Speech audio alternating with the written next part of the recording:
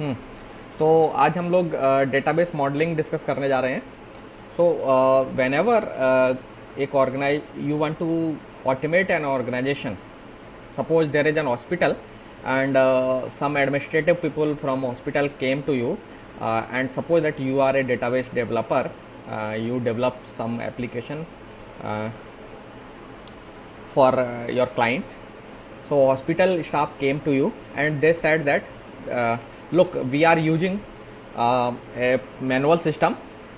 Whenever a patient arrives, we admit that patient, and then allocates the bed. Then I'll also refer to a doctor. Doctors consult that, doctor see that patient, prescribe certain medicine, and so on, and then treatment starts. And once doctor clear that now patient is fine, he or she can be discharged, then patient is discharged after the due payment, है ना. So everybody knows how hospital works, है ना. Now they want that the manual work is very troublesome for them, and it is not very efficient and productive. So they want that their system should be automated.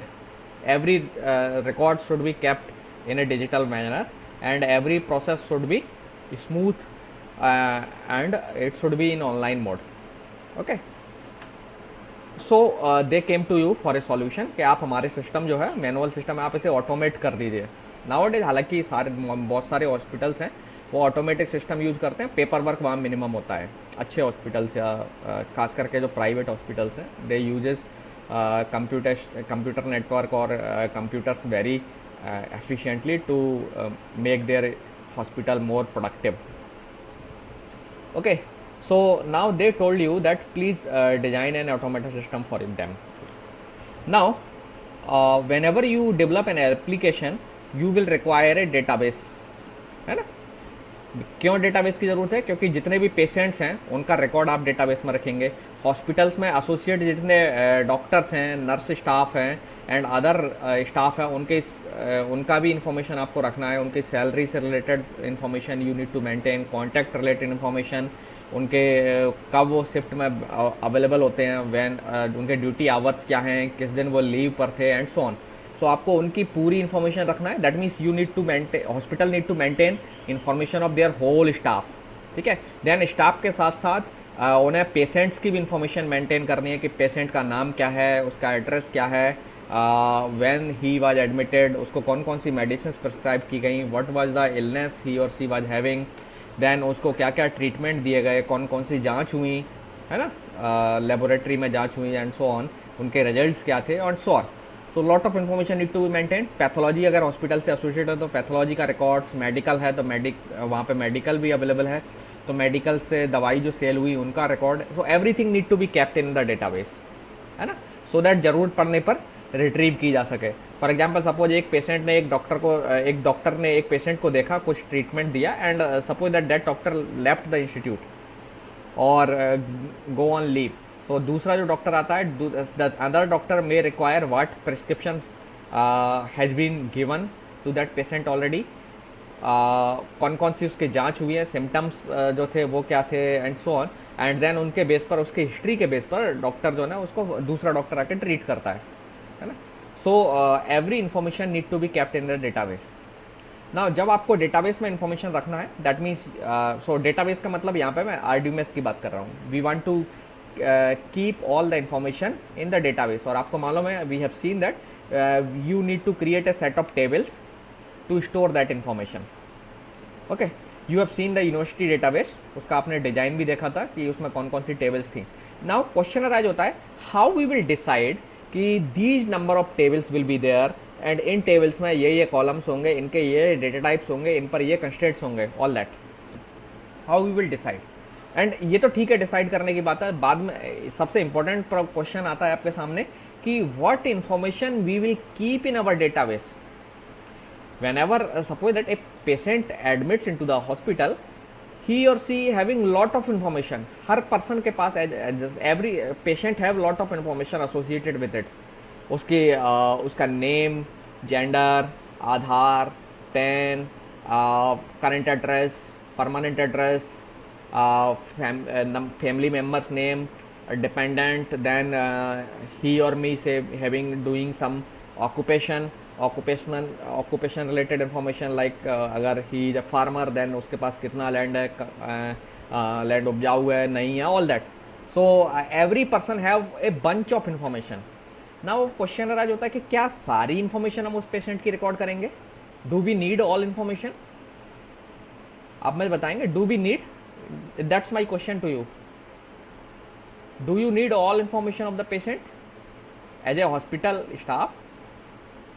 As a hospital staff do you require all of his information?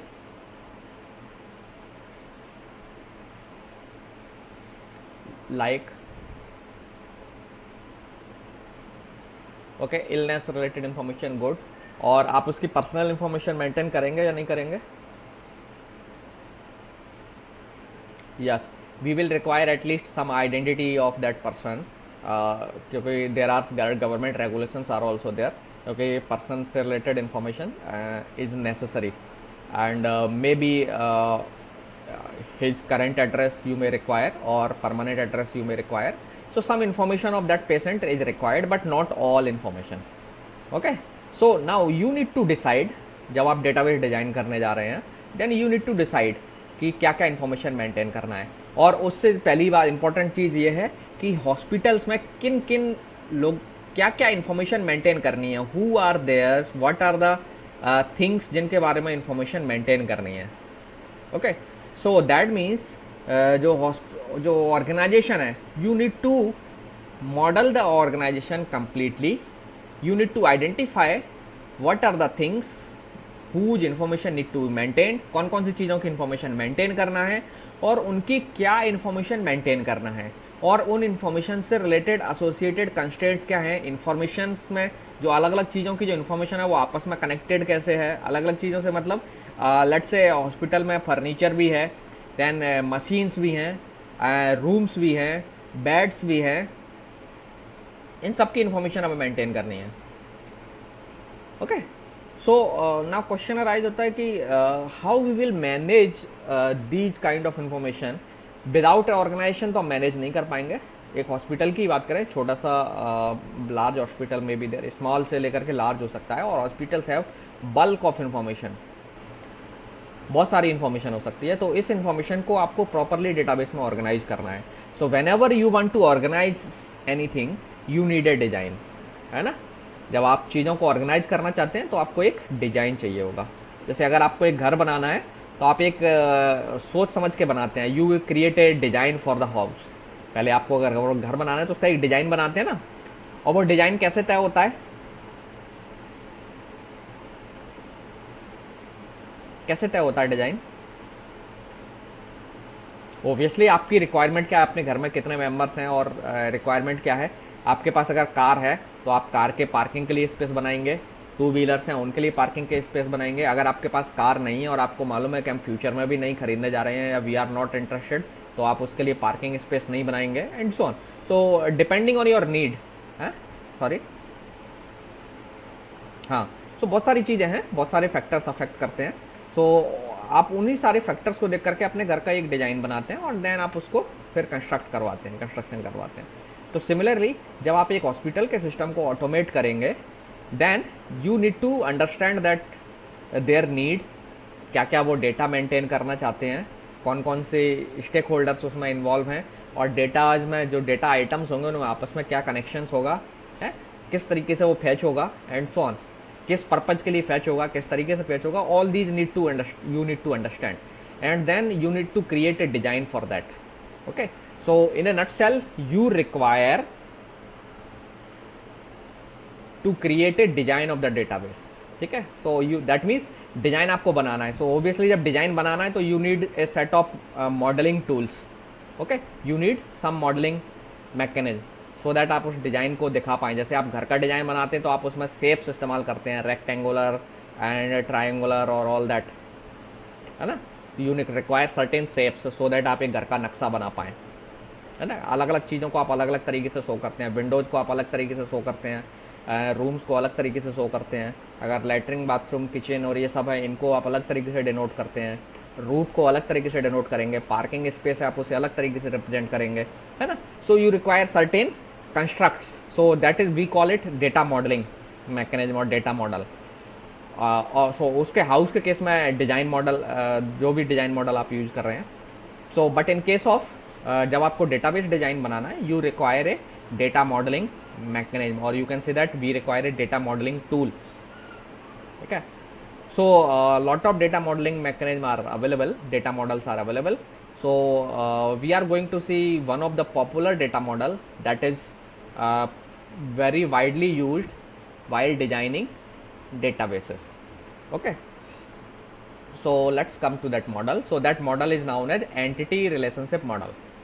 Okay, so before going to understand this model in deep, first I need to introduce certain definition to you. Okay, so these definitions are very very important to understand this model. Okay, अगर आप ये definitions ठीक से understand नहीं करेंगे, then you will not be able to create any kind of model, or you will not be able to create ER diagrams. Okay, so ये जो ER model है, तो ER मॉडल में हम का इस्तेमाल किस लिए करते हैं, जो आपको डेटाबेस अगर बनाना है तो you model your database in form of a ER diagram. So ER model जब आप इस्तेमाल करते हैं तो आपको एक ER डायग्राम मिलेगा. उस डायग्राम, वो that diagram shows the map of your database, कि डेटाबेस में क्या क्या चीज़ें हैं. ठीक है, उसमें डेटा क्या है, डेटा के सीमेंटिक्स क्या हैं, डेटा का मीनिंग क्या है, and all that. So that data model you need to create. Okay, now एक और इम्पोर्टेंट चीज़ है कि जब भी आप डेटा मॉडलिंग करते हैं, कोई भी डेटा मॉडल हो, it is very very important that you should properly understand the need of the organization and how that organization is using and exploiting the data. Okay, what are the stakeholders are involved there. So for example, अगर आपको hospital को automate करना है और आपको एक database design करना है, because you are a software engineer, तो सबसे पहले आपको हॉस्पिटल की नीड को समझना है और पूरे सिस्टम को अंडरस्टैंड करना है. क्योंकि जब तक आप सिस्टम को उनके सिस्टम को बारीकी से नहीं समझेंगे कि वो कैसे काम करते हैं, each and every detail you need to understand. आपको सारी डिटेल्स को अंडरस्टैंड करना पड़ेगा. तो इसके लिए आपको डॉक्टर्स से बात करना पड़ेगी, वहाँ के मेडिकल में जो भी पर्सनस डिप्लॉयड हैं, वो जो मेडिसिन्स प्रोवाइड करते हैं, बिलिंग करते हैं, उनसे बात करना पड़ेगी. और भी अदर स्टाफ्स हैं, लेबोरेटरी में जो स्टाफ्स हैं, उनके पैथोलॉजी में जो स्टाफ्स हैं, मे बी एडमिनिस्ट्रेटिव स्टाफ्स हैं, उनसे भी बात करना पड़ेगी. इवन पेशेंट से भी आपको बात करना पड़ सकती है ना. So that you could understand their structure and their need. उस पूरे सिस्टम को समझना पड़ेगा. सो सॉफ्टवेयर इंजीनियरिंग जो लोग पढ़ रहे हैं उनको मालूम होगा, जब भी हम एक सॉफ्टवेयर बनाने जाते हैं तो सबसे पहले हमारा टास्क होता है रिक्वायरमेंट एनालिसिस. ओके, सो ओबियसली आप जब सॉफ्टवेयर बना रहे हैं तो पहले आप काम करते हैं डेटाबेस बनाने का. ठीक है ना. सो रिक्वायरमेंट एनालिसिस में आपको सॉफ्टवेयर की नीड समझना पड़ती है, उसी तरीके से डेटाबेस में क्या डेटा रखना है ये भी आपको नीड समझना पड़ेगी. So before going to create any database you need to understand the requirement of the organization. Okay, और उसके लिए आपको रिक्वायरमेंट एनालिसिस करना पड़ता है. सो रिक्वायरमेंट एनालिसिस का मतलब ये नहीं कि उनकी केवल हमें ज़रूर समझ लेना है कि वो क्या करवाना चाहते हैं, उनका वो सिस्टम को ऑटोमेट करना है तो उनका गोल क्या है. इसके लिए आपको उनके पूरे सिस्टम को बारीकी से समझना पड़ेगा. ठीक है, ईच एंड एवरी डिटेल को बहुत माइन्यूटली देखना होगा. Then only you can model their organization so that you could be able to create a proper database design. Okay, and याद रखना डेटाबेस डिज़ाइन बहुत ही इम्पोर्टेंट होता है, क्योंकि अगर डेटाबेस डिज़ाइन में कोई भी वीकनेस हो जाएगी then your final product may face lot of difficulties and lot of problems, जिनको बाद में आपको मेंटेनेंस करने में दिक्कत आएगी.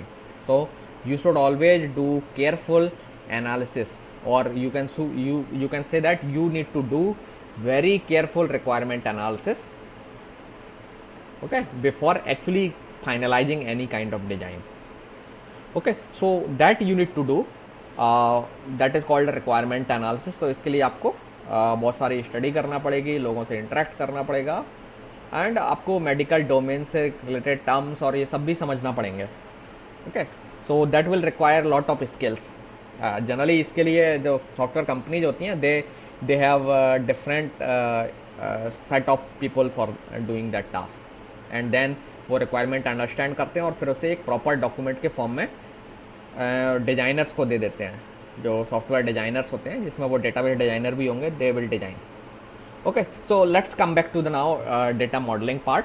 सो आइडिया वाज दैट, इतना जो स्टोरी सुनाने के पीछे मेरा एक आइडिया सिर्फ ये था आपको अंडरस्टैंड कराना, रियलाइज़ कराना कि जब भी आपको एक डेटाबेस बनाना है, first you need to do requirement analysis of that organization, तभी आप उसे ऑटोमेट कर पाएंगे. और जब आप रिक्वायरमेंट समझ जाएंगे then you can create a data model, और फिर डेटा मॉडल को आप ट्रांसलेट करके डेटाबेस का एक डिज़ाइन बना सकेंगे.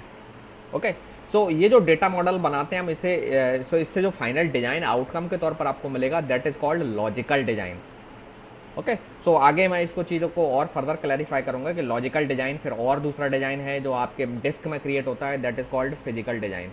सो वो एक्चुअल डिज़ाइन होता है जिसके थ्रू डेटाबेस ऑर्गेनाइज होता है. तो जनरली दो तरीके के डिज़ाइन आप क्रिएट करते हैं.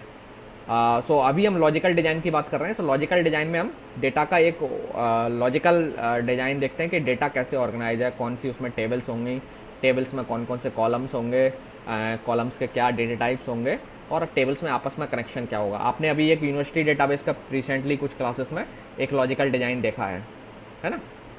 फिजिकल डिज़ाइन एक अलग चीज़ है, जो कि फिजिकल डिज़ाइन आपका गवर्न करता है कि हार्ड डिस्क में जो डेटा है वो कैसे जाएगा, स्टोर होगा.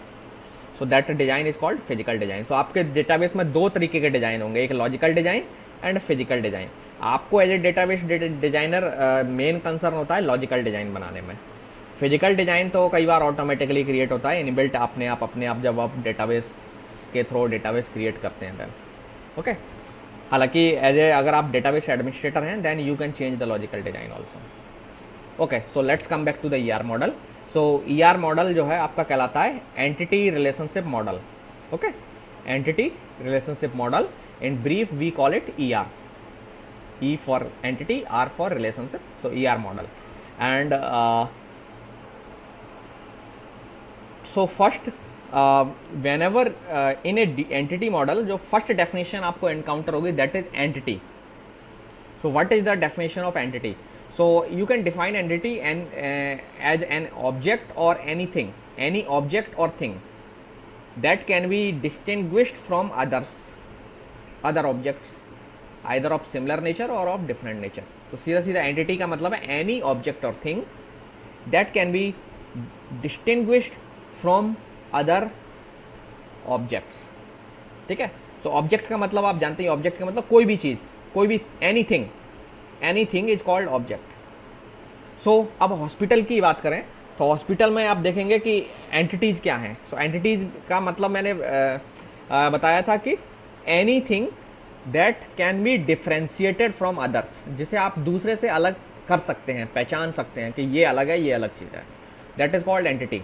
ये ER डायग्राम की डेफिनेशन है. सो हॉस्पिटल्स के केस में एंटिटीज़ मैं अगर आपको कुछ लिस्ट करूँ then first entity will be patient is an entity. So now you can see that hospital में बहुत सारे पेशेंट्स होंगे. आप हर पेशेंट को दूसरे पेशेंट से डिफ्रेंशिएट कर सकते हो, है ना. Each patient is different. आप उन्हें आइडेंटिफाई कर सकते हो कि नहीं ये पेशेंट अलग है, ये पेशेंट अलग है. ओके, देन नेक्स्ट एंटिटी जो आपके हॉस्पिटल में कॉमन है, सबसे ज़्यादा ध्यान आती है बहुत जल्दी से, they are doctors.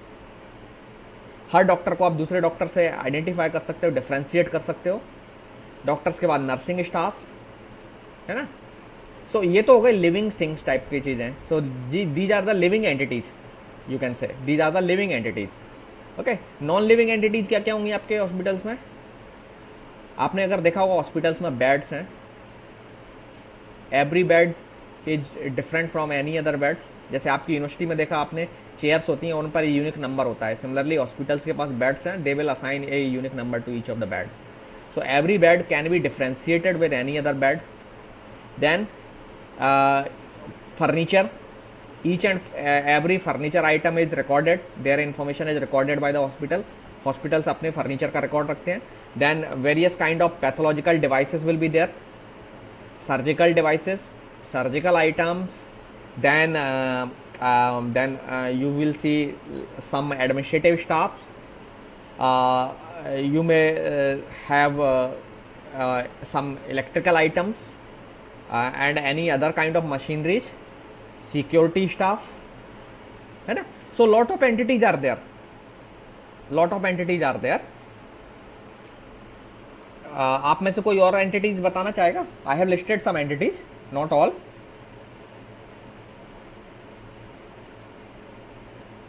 Anyone?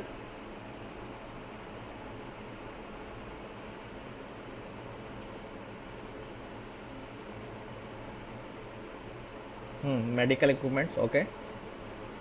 Can you name some? Yes, ventilators, maybe oximeters may be there. Corona के time में तो everybody is talking about these kind of things. Okay, maybe there may be some sophisticated machines, maybe their computers with they will also have, है ना. कई hospitals उनका system completely automatic नहीं है, but many times they require computers to do certain kind of processing. Pathology labs में भी वो computers की हेल्प लेते हैं, and various kind of devices में भी there. Anything else you would like to add? Machines, हाँ वो इसमें आ गया इक्विपमेंट में. मेडिसिन्स आप भूल गए. हॉस्पिटल है, मेडिकल स्टोर होगा, तो मेडिकल स्टोर में बहुत सारी मेडिसिन होंगे कई तरीके की.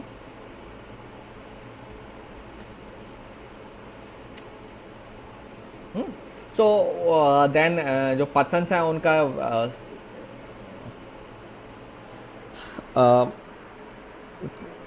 एम्बुलेंस में भी देयर. यस, एम्बुलेंस में भी there. Then driver staff will be there, driving staff will be there. Some doctors के लिए अगर बड़ा हॉस्पिटल है, then they may having quarters also, residents like kind of thing, है ना. Canteen, so lot of things are there. So all these things जिसे हम एक दूसरे से डिफ्रेंशिएट कर सकते हैं, all these will be called entities. So as a database designer आपका सबसे पहला काम होगा, you need to identify the entities. Okay, so समझ गए what do you mean by entities? Because entity की डेफिनेशन क्लियर नहीं होगी तो आपको आगे की चीजें समझ में नहीं आएंगी.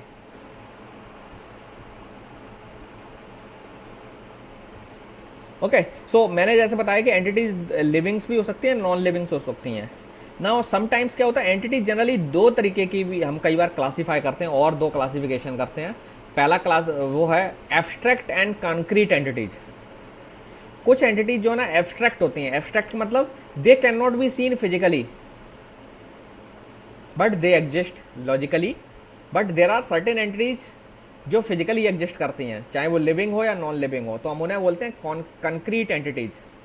एंड अदर एंटिटीज जो है वो कहलाती हैं एब्स्ट्रैक्ट एंटिटीज. जैसे आप कहते हैं पेशेंट का एडमिशन कर लीजिए. सो एडमिशन, आप कहते हैं मेरा पेशेंट एडमिट हो गया, सो एक एडमिशन नाम से वो एंटिटी क्रिएट कर सकते हैं. That is a kind of logical entity जो कि फिजिकली एग्जिस्ट नहीं करती है, but that is having some virtual kind of thing. Then treatment और prescription of the doctor. So prescription paper पर एग्जिस्ट करता है, but it kind of virtual kind of entity. और सबसे अच्छा एग्जाम्पल बैंकिंग में अगर हम आए, बैंकिंग डोमेन में, तो अकाउंट नंबर सॉरी अकाउंट एक एंटिटी है actually. Account is an entity. एक अकाउंट को आप दूसरे अकाउंट से डिस्टिंग्विश कर सकते हो, बट बैंकिंग सिस्टम में आपने कभी जाके देखा है अकाउंट को? Have you seen any kind of account? Can you see the account? No. Can you similarly university में आए, can you see a program? लेकिन सब लोग जानते हैं यूनिवर्सिटी में प्रोग्राम्स रन करते हैं, but have you seen any program? कोई है ऐसा जिसने प्रोग्राम देखा है कभी? नहीं देखा ना, because they do not have physical existence, they are concrete, है ना. एडमिशन इन द यूनिवर्सिटी और admission in the hospital, account in a bank और लोन इन ए बैंक, है ना. different kind of loans are there, home loan, personal loan, all that. So banks create. Then insurance domain में आई तो then insurance. Have you seen insurance somewhere? No. These are the logical entities. So हम इन्हें generally abstract entities बोलते हैं because you can not see them physically. उनका existence physical नहीं है, they are existences in logical sense में existence होता है उनका. Okay, so there are two kind of entities. Concrete, so concrete मतलब जिनका फिजिकल एग्जिस्टेंस है. अब कंक्रीट को आप दो कैटेगरी में डिवाइड कर सकते हो further, living and non living. So let me write them. So entities अगर आप देखें classification, so you can have concrete entities and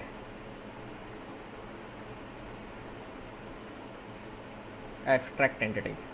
concretes में आप अगर फर्दर क्लासीफाई करें तो you can classify living entities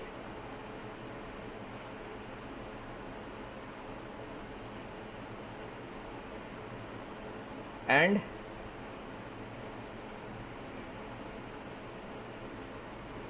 non living entities.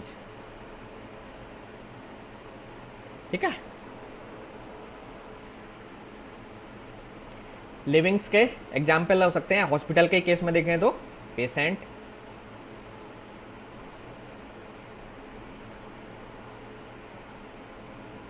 Doctors, nurses. Non living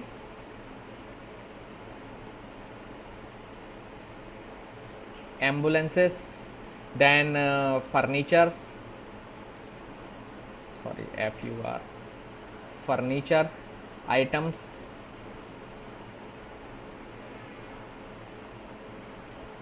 medicines, है ना, एंड सो ऑन. बहुत सारे लिस्ट कर सकते हो. एब्स्ट्रैक्ट में हॉस्पिटल्स में देखें तो registration,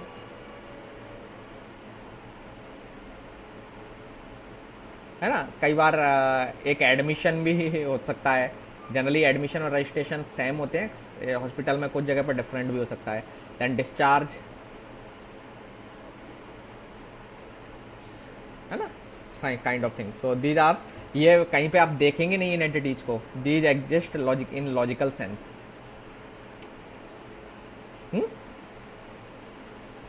okay, so I think अब एंटिटीज़ की डेफिनेशन सबको क्लियर हो गई होगी. अब हम आगे आते हैं डेफिनेशन पर फर्दर. एक और डेफिनेशन आपको मिलेगी, वो है एट्रीब्यूट. अच्छा, एक और इससे पहले एक और डेफिनेशन जो है, एंटिटीज हमने डिफाइन कर ली है, एक और चीज़ डिफाइन करने जा रहे हैं, वो है entity sets.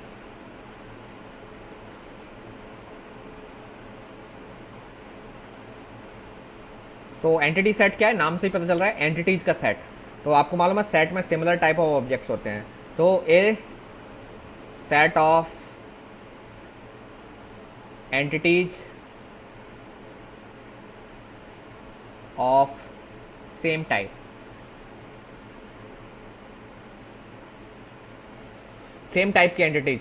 So entity sets क्या होंगे, पेशेंट्स, पेशेंट्स का सेट एक हो गया, एक सिंगल एंटिटी सेट हो गया. इसे आप पेशेंट एंटिटी सेट बोल सकते हो. सारे डॉक्टर्स का एक सेट बना लीजिए, डॉक्टर्स एंटिटी सेट हो गया.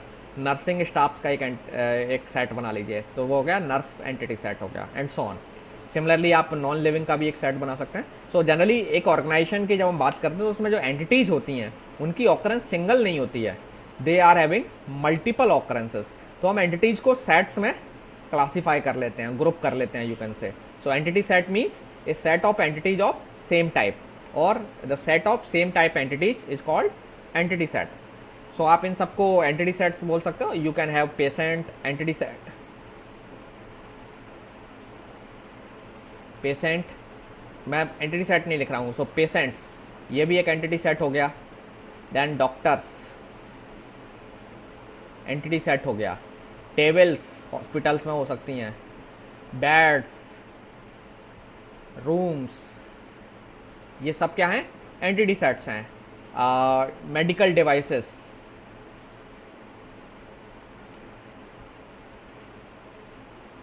etc. So all these are entity sets. ठीक है. Now one more definition you will see is attributes.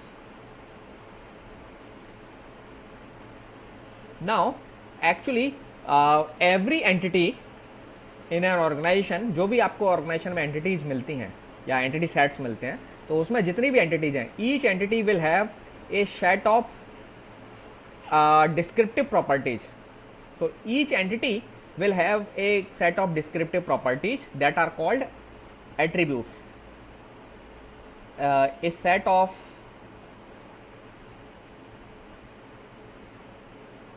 descriptive properties.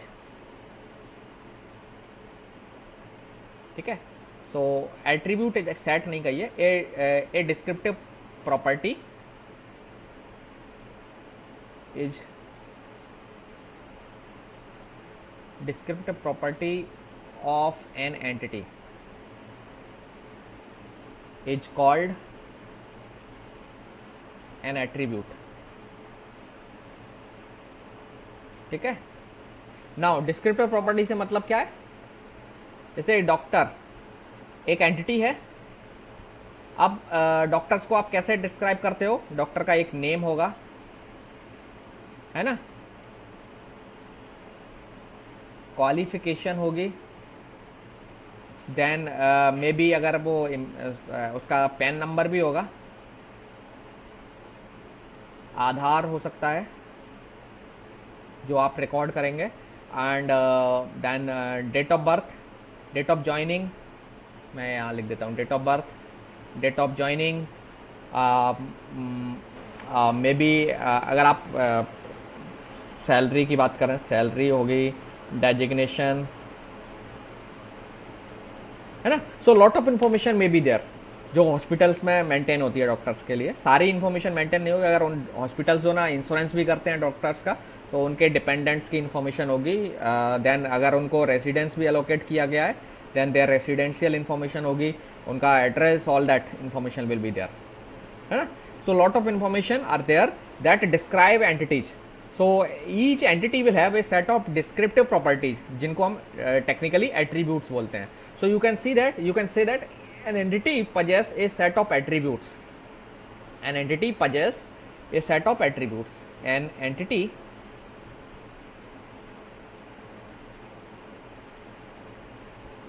possesses a set of attributes. Set of attributes. ठीक है, नाउ आपने देखा मैंने डॉक्टर्स के बहुत सारे एट्रीब्यूट्स यहाँ लिस्ट किए, लेकिन ये एट्रीब्यूट्स सफिशिएंट, ये सारे एट्रीब्यूट्स नहीं हैं। डॉक्टर्स के पास बहुत सारे एट्रीब्यूट्स और भी होंगे, लेकिन हॉस्पिटल्स में अगर आप देखेंगे तो उनके सारे एट्रीब्यूट्स की हमें ज़रूरत नहीं होती है ना। अगर आप हॉस्पिटल के सेंस से देखें, आपको डॉक्टर्स जब आपकी हॉस्पिटल में ज्वाइन कर रहा है तो आपको कुछ इन्फॉर्मेशन डॉक्टर की लेना होगी, that will include some personal information also. So you will maintain this information within the hospital database, है ना। लेकिन हॉस्पिटल डॉक्टर्स के पास बहुत सारे एट्रीब्यूट्स होंगे, बहुत सारे। So that means any entity will have lot of attributes, but you will not require all of these attributes, all of their attributes, है ना। जैसे डॉक्टर्स की स्कूलिंग कहाँ से की थी, may be you may not require. उनके grandfather कौन थे, you may not require. Father का नाम तो ठीक है, ग्रैंडफादर की इंफॉर्मेशन आपको जरूरत नहीं होगी, है ना। हाँ, पास्ट एम्प्लॉयमेंट जरूर है, आप वो इन्फॉर्मेशन रखेंगे। So lot of information is there that you do not require. The lot of descriptive attributes of a doctors are there और attributes are there that you will not require. Similar will be also the case for patient also, है ना, and so on. So that means now whenever you have identified certain entities in a database or entities in a system, organization में entities आपने identify कर ली, then आपको ये भी decide करना पड़ेगा कि उनके जो एट्रीब्यूट्स हैं वो हमें कौन कौन से एट्रीब्यूट्स रिकॉर्ड करने हैं, कौन से एट्रीब्यूट्स हमारे ऑर्गेनाइजेशन के लिए, जो ऑर्गेनाइजेशन जिसको आपको ऑटोमेट करना है उनके लिए यूजेबल हैं, रिक्वायर्ड हैं सभी। बाकी अननेसरी एट्रीब्यूट्स को हमें रिकॉर्ड नहीं करना है। सिमिलरली जैसे स्टूडेंट यूनिवर्सिटी के सेंस में देखें तो स्टूडेंट के सारे एट्रीब्यूट्स की हमें ज़रूरत नहीं होगी, यूनिवर्सिटी सारी इन्फॉर्मेशन आपसे नहीं लेती है ना, जितनी रिक्वायर्ड है generally. I am not saying कि उनका आप असहमत हो सकते हैं इस चीज़ से कि वो आर नॉट रिक्वायर्ड इन्फॉर्मेशन लेते हैं, बट ऑलमोस्ट वो they just only collect the required information from you. Okay, so that means when ever जब भी आप एक डेटाबेस डिजाइन करते हैं तो उसमें जो एंटिटीज आइडेंटिफाई करेंगे, तो एंटिटीज के साथ साथ कुछ आप एट्रीब्यूट्स भी आइडेंटिफाई करेंगे जिनको आपको हैंडल करना है, जिनकी वैल्यूज को आपको हैंडल करना है. Okay, so you need to identify कि विच एट्रीब्यूट्स आर यूजफुल और necessary and which attributes are not necessary, so you should not record them. ठीक है, तो ये कैसे पता चलेगा? ओबियसली जब तक आप उस ऑर्गेनाइजेशन की नीड को नहीं समझेंगे, उस ऑर्गेनाइजेशन की फंक्शनिंग को नहीं समझेंगे माइन्यूटली, डिटेल में, तब तक आप ये डिसीजन नहीं ले पाएंगे. Okay, so that decision is very important. अगर आप कुछ इन्फॉर्मेशन को जो रिक्वायर्ड है हॉस्पिटल को रखना वो आप छोड़ देंगे, देन योर प्रोडक्ट जो ना वो यूजेबल नहीं रहेगा, और हो सकता है हॉस्पिटल आपको मना कर देगा, we will not accept this product because this is not fulfilling our service requirement. So it is very important to decide कि कौन कौन से एट्रीब्यूट्स आपको हैंडल करने हैं. ओके, सो आपको यूजफुल एट्रीब्यूट्स ही आपको डिसाइड आइडेंटिफाई करने हैं. ओके, सो एग्जाम्पल्स मैंने आपको बहुत सारे बता ही दिए हैं. जैसे यूनिवर्सिटी के केस में आपने देखा इंस्ट्रक्टर्स एक एंटिटी सेट था, स्टूडेंट एक एंटिटी सेट था, और आपने इंस्ट्रक्टर के यहाँ दो ही एट्रीब्यूट्स दिखाए हुए हैं इसमें, आईडी एंड नेम. स्टूडेंट के आईडी एंड नेम, और भी इन्फॉर्मेशन हो सकती है बट ये तो एग्जाम्पल डेटाबेस था, तो they have not shown all the information. Now जब आप एंटिटीज आइडेंटिफाई करते हैं, then you will see that कि entities have interconnection between them. So एक हॉस्पिटल के सिस्टम में आपने एंटिटीज देखी, so you identify that entity set doctor is there, then patient, then nurses, rooms, bed. so ये जो एंटिटी सेट्स हैं इनमें आपस में कनेक्शंस भी आपको देखने को मिलेंगे, रिलेशनशिप मिलेगा. दैट मीन्स एक डॉक्टर किसी पेशेंट को ट्रीट कर रहा होगा, दैट मीन्स डॉक्टर्स और पेशेंट के बीच में रिलेशनशिप होती है. आई एम नॉट सेइंग कि हर डॉक्टर और एक पेशेंट से हर डॉक्टर की रिलेशनशिप होगी, but there will be relationship between patients and doctors. Now question आ रहा है, हमें रिलेशनशिप की बात क्यों करनी है? नाउ रिलेशनशिप को भी रिकॉर्ड करना जरूरी है. क्यों? क्योंकि रिलेशनशिप से पता चलेगा कि कौन सा डॉक्टर किस पेशेंट को ट्रीट कर रहा था, है ना. सो दैट जरूरत पड़ने पर हम इंफॉर्मेशन निकाल पाए कि अगर कोई रिक्वायरमेंट होती है विच, जैसे मान लीजिए पेशेंट्स आते हैं और वो डॉक्टर पेशेंट के कोई अटेंडेंट आते हैं और पूछते हैं हमारे पेशेंट की हालत ख़राब हो रही है, वी रिक्वायर सम अटेंशन. तो अब मान लीजिए वो तो रिसेप्शन पर जाएगा, डॉक्टर से तो डायरेक्टली नहीं मिलेगा. रिसेप्शन को अगर इस रिलेशनशिप के बारे में नहीं पता होगा तो वो कैसे डॉक्टर को इन्फॉर्म करेगा कि पेशेंट के अटेंडेंस है, they want that certain attendance from doctor side के आप देखिए ज़रा पेशेंट को, है ना. सो अगर ये रिलेशनशिप रिकॉर्डेड रहेगी तो तुरंत क्लर्क क्या करेगा, जो भी स्टाफ होगा रिसेप्शन पे, वो देखेगा कि इस पेशेंट को कौन से डॉक्टर ट्रीट कर रहे हैं. तो वो रिलेशनशिप रिकॉर्डेड है आपके हॉस्पिटल में, तो तुरंत आपने कहा कि फलाने डॉक्टर्स जो है ट्रीट कर रहे हैं, आपने उनको तुरंत फ़ोन लगाया और डॉक्टर से कहा, और डॉक्टर ने आके उस पेशेंट को अटेंड किया, देखा कि क्या सब कुछ ठीक है नहीं है, कोई इशू है तो नहीं है, इशू है तो कुछ मेडिसिन फर्दर सब्सक्राइब कर दें. So that means you need to record the relationship also between these entities, तभी आपके सिस्टम की प्रॉपर मॉडलिंग होगी. सिमिलरली पेशेंट और रूम के बीच रिलेशनशिप होगी. पेशेंट किसी न किसी रूम में रखा गया है, चाहे वो जनरल वार्ड में हो, तो जनरल वार्ड भी मल्टीपल हो सकते हैं, you can think of it as a room. और अगर एक प्राइवेट रूम अवेलेबल है तो वो रूम के बीच कनेक्शन होगा कि पेशेंट किस रूम में है. सो फॉर एग्जांपल कोई मिलने के लिए आता है पेशेंट से कि ये हमारे पेशेंट है, कहीं है, तो आप बताइए ज़रा हमें इनसे मिलने जाना है, कहाँ जाना है. तो वो तुरंत स्टाफ देखेगा, और चूंकि ये अपने रिलेशनशिप मेंटेन रखी हुई है, सो ही और she will say that let's say room number D5 में चले जाइए, और वो D5 में चले गए जा करके. So that means you also need to record the relationship between entities. Okay, now अब जैसे एंटिटीज के भी सेट थे तो रिलेशनशिप के भी सेट्स होंगे.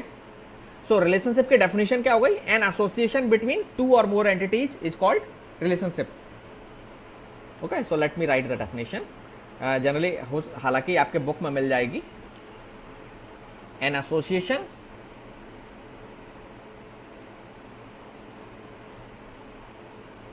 Between two or more entities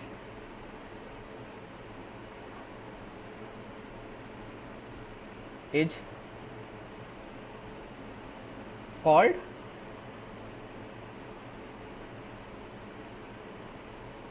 relationship. ठीक है, called a relationship.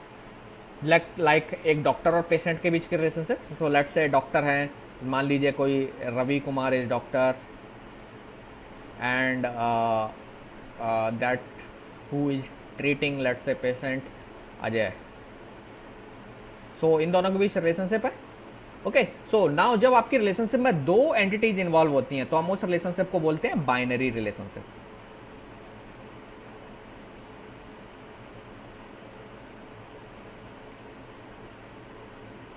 Okay, similarly हो सकता है तीन एंटिटीज के बीच में आपस में रिलेशनशिप हो, हम उन्हें बोलेंगे ternary relationship.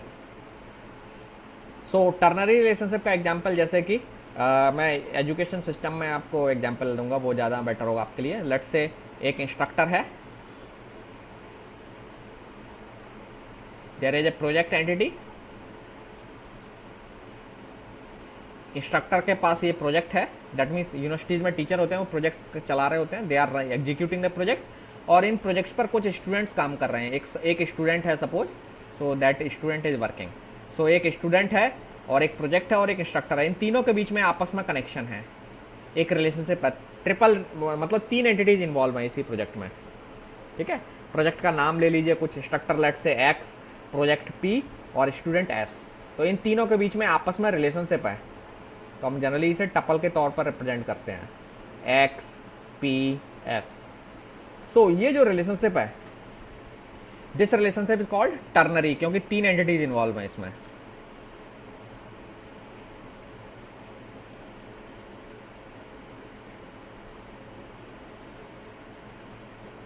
Okay, ideally there may be n entities.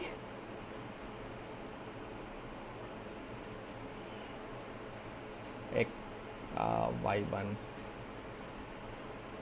एक सॉरी, हम एक काम करते हैं, ऐसे लिखते हैं, E1 एक एंटिटी है, E2 एक दूसरी एंटिटी है, एंड सो ऑन En एक और अदर एंटिटी है. इनमें आपस में रिलेशनशिप है. सो चूंकि इसमें n एंटिटीज इन्वॉल्व है तो हम इसे एनरी रिलेशनशिप बोलते हैं.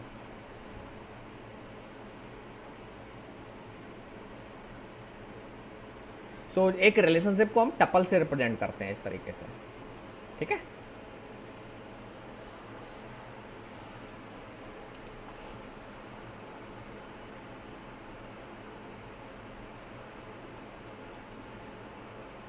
नाउ आप देखेंगे कि ऐसी रिलेशनशिप कई सारी अवेलेबल होंगी आपको. जैसे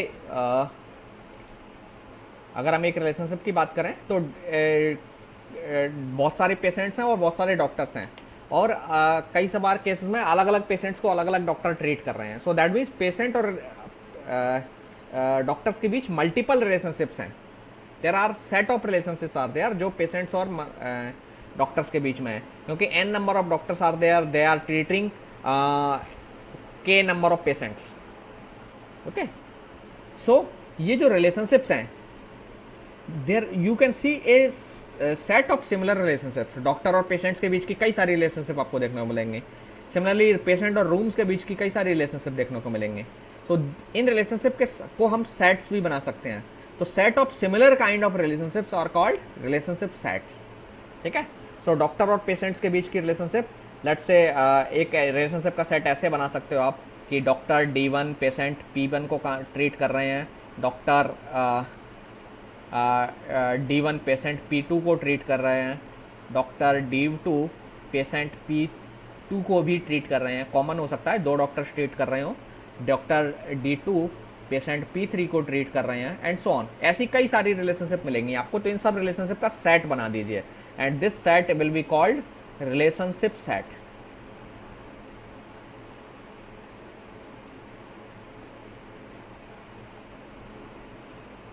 ठीक है, सो ER डायग्राम बनाने जाएंगे आप जब आप, तब सबसे पहला टास्क होगा आपको कि पहले आइडेंटिफाई करो एंटिटी सेट्स कौन कौन सी हैं आपके सिस्टम में.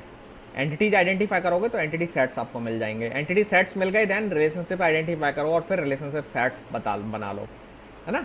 और साथ साथ आपको एट्रीब्यूट्स भी डिसाइड करना पड़ेंगे कि कौन कौन से एट्रीब्यूट्स आपके एंटिटीज के पास हैं जिनको हमें रिकॉर्ड करना है. तो इतना टास्क आपको करना पड़ेगा. और भी चीज़ें हैं. So let's move ahead.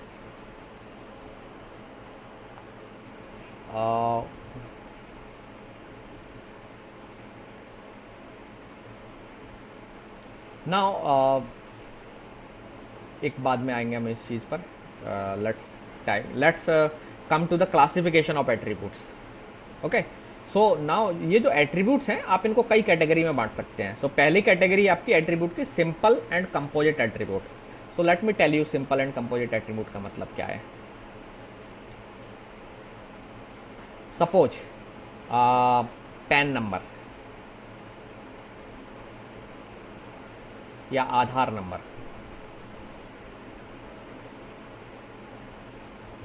ये एट्रीब्यूट्स को हम सिंपल एट्रीब्यूट्स बोलते हैं। क्यों? क्योंकि ऐसे एट्रीब्यूट्स जिनको हम फर्दर पीस में डिवाइड कर सकते हैं उन्हें हम कंपोजिट एट्रीब्यूट बोलते हैं, और जिन्हें डिवाइड नहीं कर सकते they are called composite attribute, sorry simple attribute. So simple attributes are those attributes that cannot be divided into sub components. That cannot be, or you can say that simple attributes are those attributes that cannot be divided further. Like age, it is an example of simple attribute. PAN number simple attribute, Aadhaar number simple attribute. लेकिन अगर आप देखें तो telephone, तो उसमें दो component होते हैं, एक तो होता है STD code and then phone number कह सकते हो आप। दो पार्ट होते हैं ना लैंडलाइन में, एक चाहें तो आप तीसरा पार्ट भी ऐड कर सकते हैं, वो होता है कंट्री कोड। जनरली हम उसकी बात नहीं करते हैं विद इन कंट्री में। सो दैट मीन्स टेलीफोन को आपने दो पीसेस में बांट दिया इंफॉर्मेशन को। So this attribute will be called composite attribute.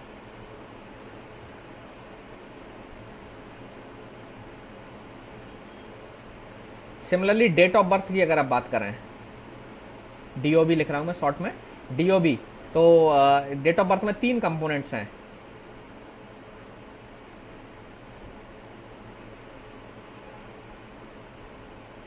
है ना, आप इसे तीन पीस में बांट सकते हो, डेट, मंथ एंड ईयर, है ना। नाउ एक चीज आपको हमेशा याद रखनी है सिंपल और कंपोजिट एट्रीब्यूट के केस में कई एट्रीब्यूट्स के केस में कि एट्रीब्यूट को सिंपल एट्रीब्यूट के तौर पर ट्रीट करना है या कंपोजिट एट्रीब्यूट के तौर पर ट्रीट करना है, ये ऑर्गेनाइजेशन टू ऑर्गेनाइजेशन में वेरी कर सकता है। It may vary with organisation to organisation.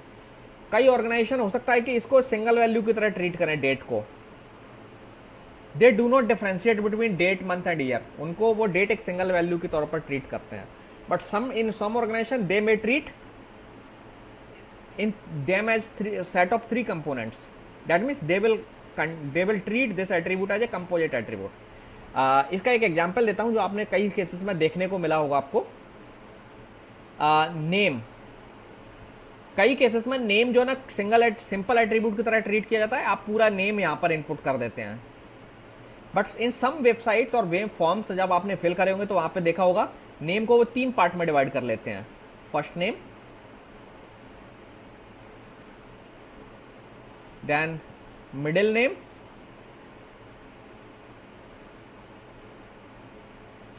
and last name, है ना। देखा होगा आपने ये सब। या समटाइम्स वो मिडिल नेम नहीं लेते, दो कंपोनेंट्स लेते हैं। So that means this name attribute is being treated as here as composite attribute, और यहां पर आप उसे सिंपल एट्रीब्यूट की तरह ट्रीट कर रहे हैं। तो किसी एट्रीब्यूट को कंपोजिट के तौर पर ट्रीट करना है या सिंपल एट्रीब्यूट के तौर पर ट्रीट करना है, ये कई बार एप्लीकेशन टू एप्लीकेशन या एक ऑर्गेनाइजेशन टू ऑर्गेनाइजेशन वेरी कर सकता है।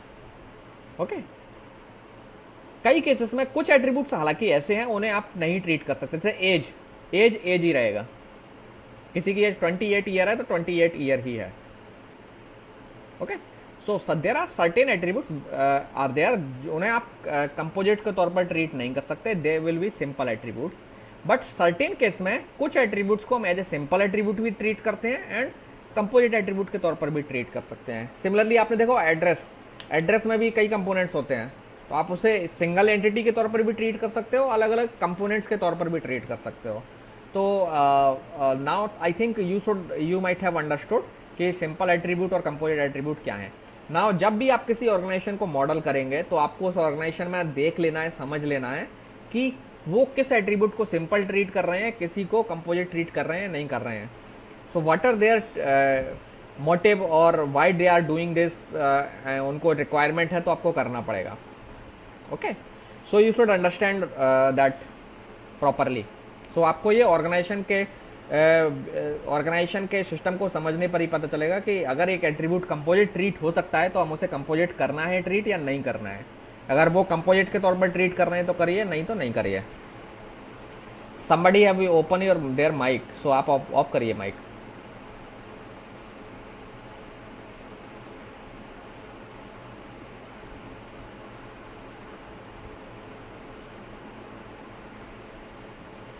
Okay, so any question? Now let me close for today. बाकी के आगे चीज़ें हम नेक्स्ट क्लास में डिस्कस करेंगे।